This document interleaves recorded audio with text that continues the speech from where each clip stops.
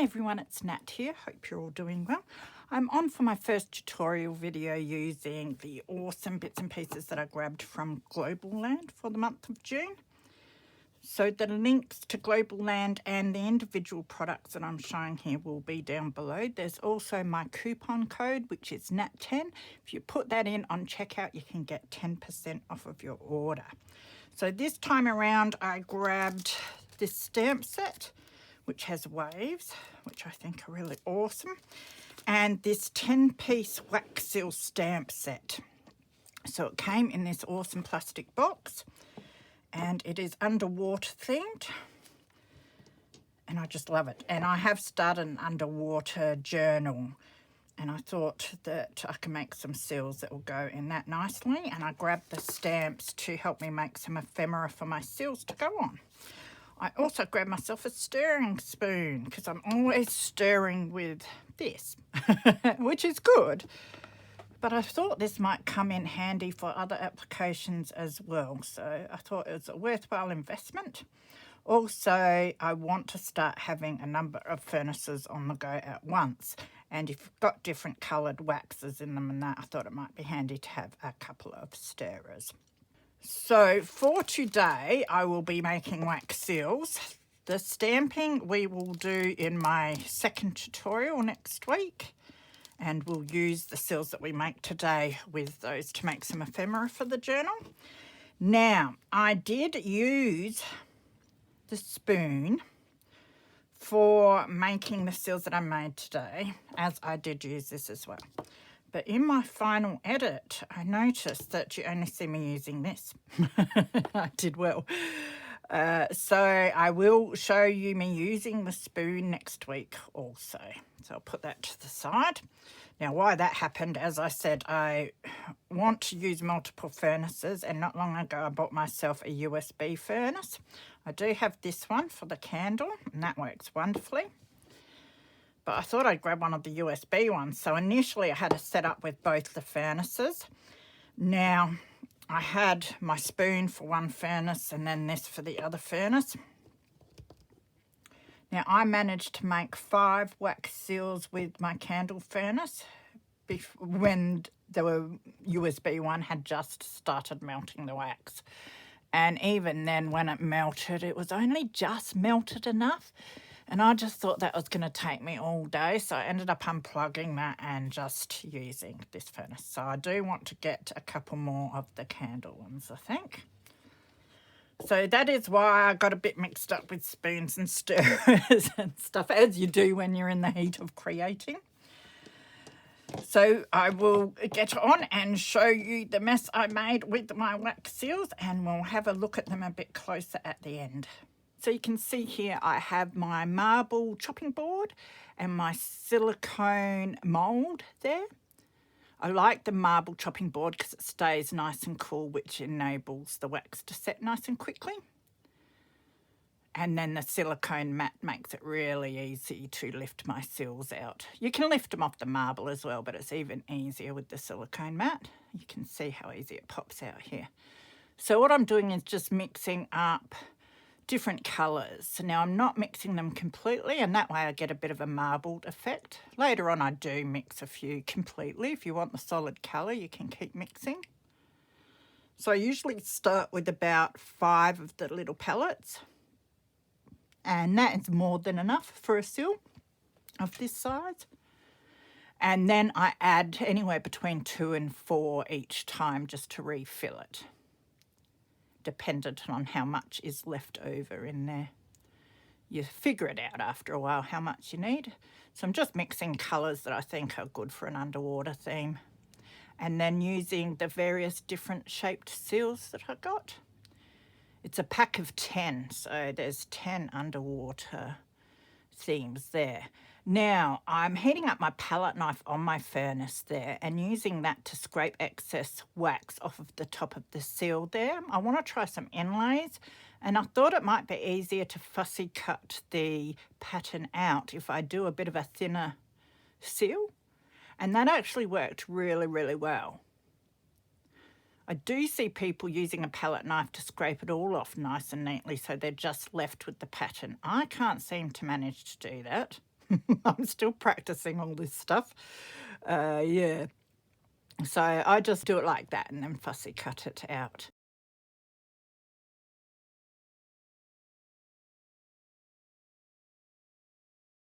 So once I've finished fussy cutting my little shell out, I put it back into the stamp mould. You've got to get it so it just sits in there nicely and not shake it around or anything, or it will fall out. So you've got to be quite gentle when you turn it over into the wax again. And I'm mixing up some waxes, a bit of a sandy colour there, a brown and a cream. And that's going to be the second seal that I will put my little shell inlay into. And it doesn't take long to set at all. You'll see here how long it sort of takes. Though it is sped up just to 2 times.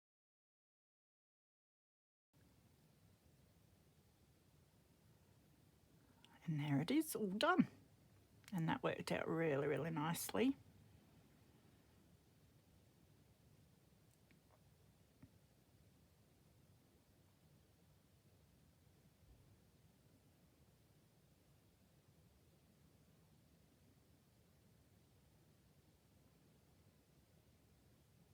So I do suggest, if you want to try doing some inlays, to start with the very simple shapes to begin with, because they're easier to fussy cut out, easier to sort of sit back in the mould. So I thought the thinner ones that I made with my palette knife there, as I said, they're easier to fussy cut out, but I did find that when I pressed them into the second lot of wax, that parts of them would get covered up a little bit by the wax and that. So I realised that possibly isn't the best idea. And you'll see at the end what I mean by that. But it did seem to work heating up the palette knife to get a lot of the excess wax off a bit easier. So I've fussy cut my little turtle out there, trying to put him back in the mould, and he keeps popping out. He was in there the first time and then I fiddled with him and he came out. So I think about 6 times something fell out. Just thought I'd show you my frustrations. So now he's staying in there a bit, but I'll have to be very gentle when I turn him over.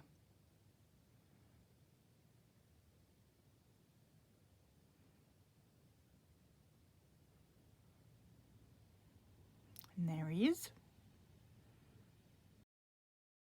So I did sit down last night and do a bit of colouring in on my seals. So we'll go through and have a look at what we have made and how they've turned out.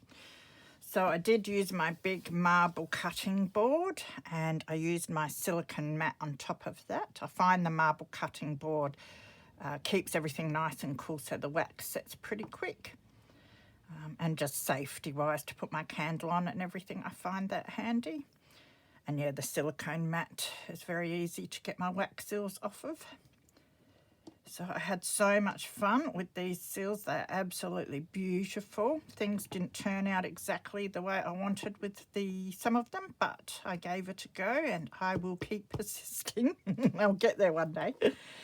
Yeah, and I love the little stirrer. I did find that if you're trying to lift up some wax with it to tip in little intricate parts, that the wax would dry so quick just in the spoon before you hardly got it to your seal. So I definitely need a lot more practice at doing that sort of thing. But it's a very handy stirring tool and that to have. And if you've got little bits in there that you want to sort of move around, very good for that. I do follow Globleland on Instagram, and whoever does the wax seals on there for their Insta shots is amazing. They do the most intricate inlays and they're absolutely beautiful, and I'd love to know what their secret is. So yeah, I'm determined to find out. But we will have a look at what we've made. So I did do a few. I definitely need to get myself some more wax furnaces so that I can have a few going at the same time, just to speed up the process a bit, because it's a lot of waiting in between for the wax to melt and that. Hence why I did speed up the video and cut bits out where I was waiting for the wax to melt, because you don't want to watch that. It's like watching paint dry, but it's a nice, fun, relaxing afternoon where you can just put a video on, watch YouTube or something while your wax is melting in between making seals. So I really enjoy it, but it's something that you do want to set up for the day and spend a few hours doing. I'll put these to the side. Now I might have to give them a spray because I'm not sure if all of my gel pen has dried on there. So we will see. Now we did start off with some plainer ones, which I still might colour in and do something with. What I might do is try and, if I zoom in too much, it might go fuzzy. There, that's a bit better, I think. And if I make sure I put them about there, you'll be able to see them better. But they are just beautiful. The patterns on them are gorgeous, just perfect for the ocean theme. And I love this shell because I did a sort of sand, a marbled effect with the cream and the brown wax. There's another shell there in blue. So I could leave these as is. I can colour them in, or if I wanted to, I could cut the middle bit out and try and inlay them. What else do we have here? I'll show you the plainer ones first. This one I left plain as well. I really love the marbled colours in that, and you can see the detail really nice. It's got a shark and bubbles and algae in that.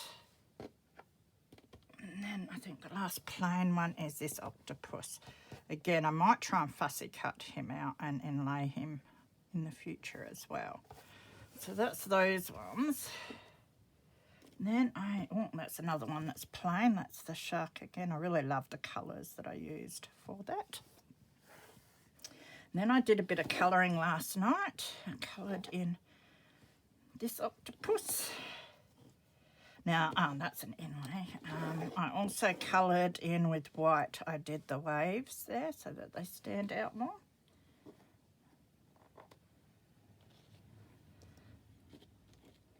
So I want to show them separately so that you can see the differences between what I've done with them. So these are all ones that I coloured in with gel pens last night.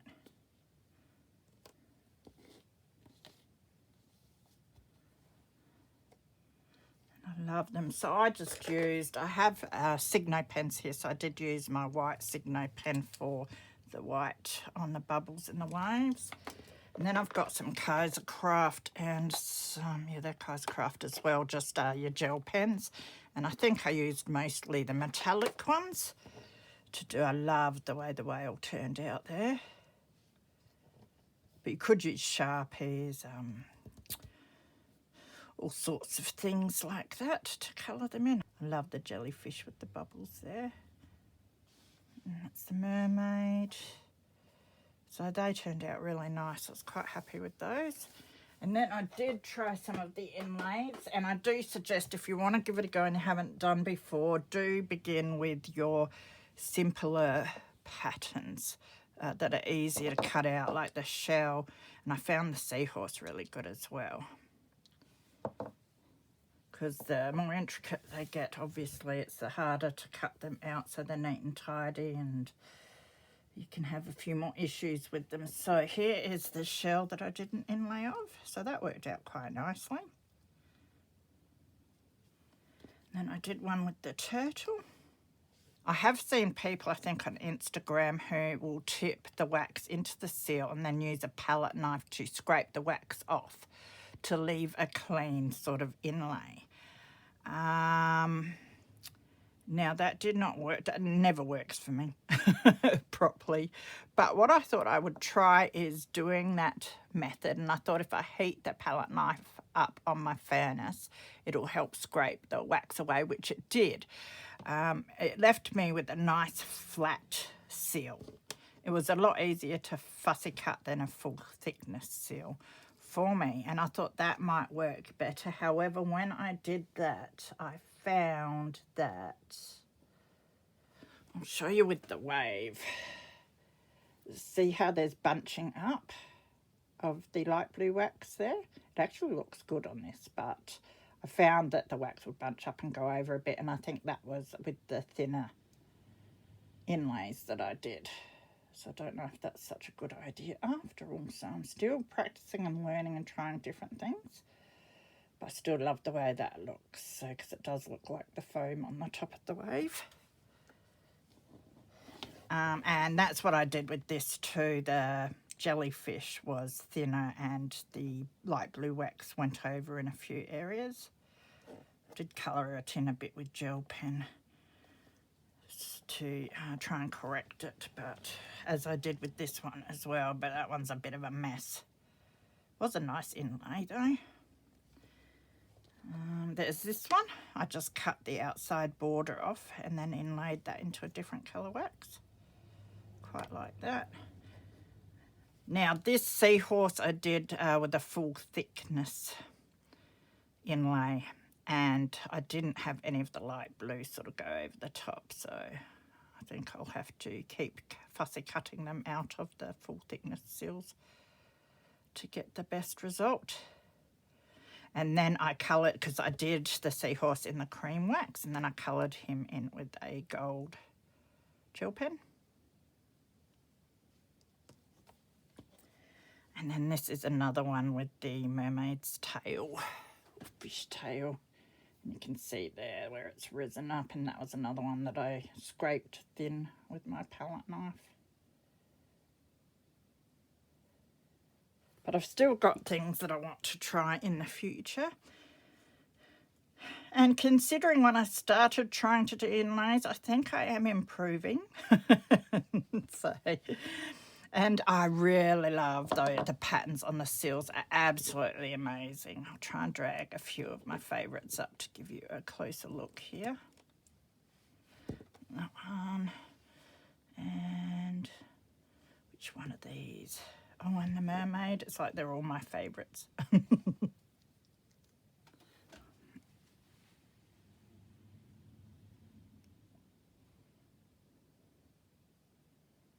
Aren't they beautiful? So absolutely love them. Had heaps and heaps of fun making those. So it does take quite a while to do your seals. So that was it for my first video. I thought that was enough to do in a day. And I will be using these to make some embellishments with those stamps that I showed you at the start of this video in about a week. So massive thank you to Globleland. Absolutely love those seal stamps. They're gorgeous, and I think these will be a wonderful addition to my underwater journal. So I hope you enjoyed that. Remember to use the code if you do purchase anything from Globleland. Take care of yourselves, be good, and I will see you again soon. Bye.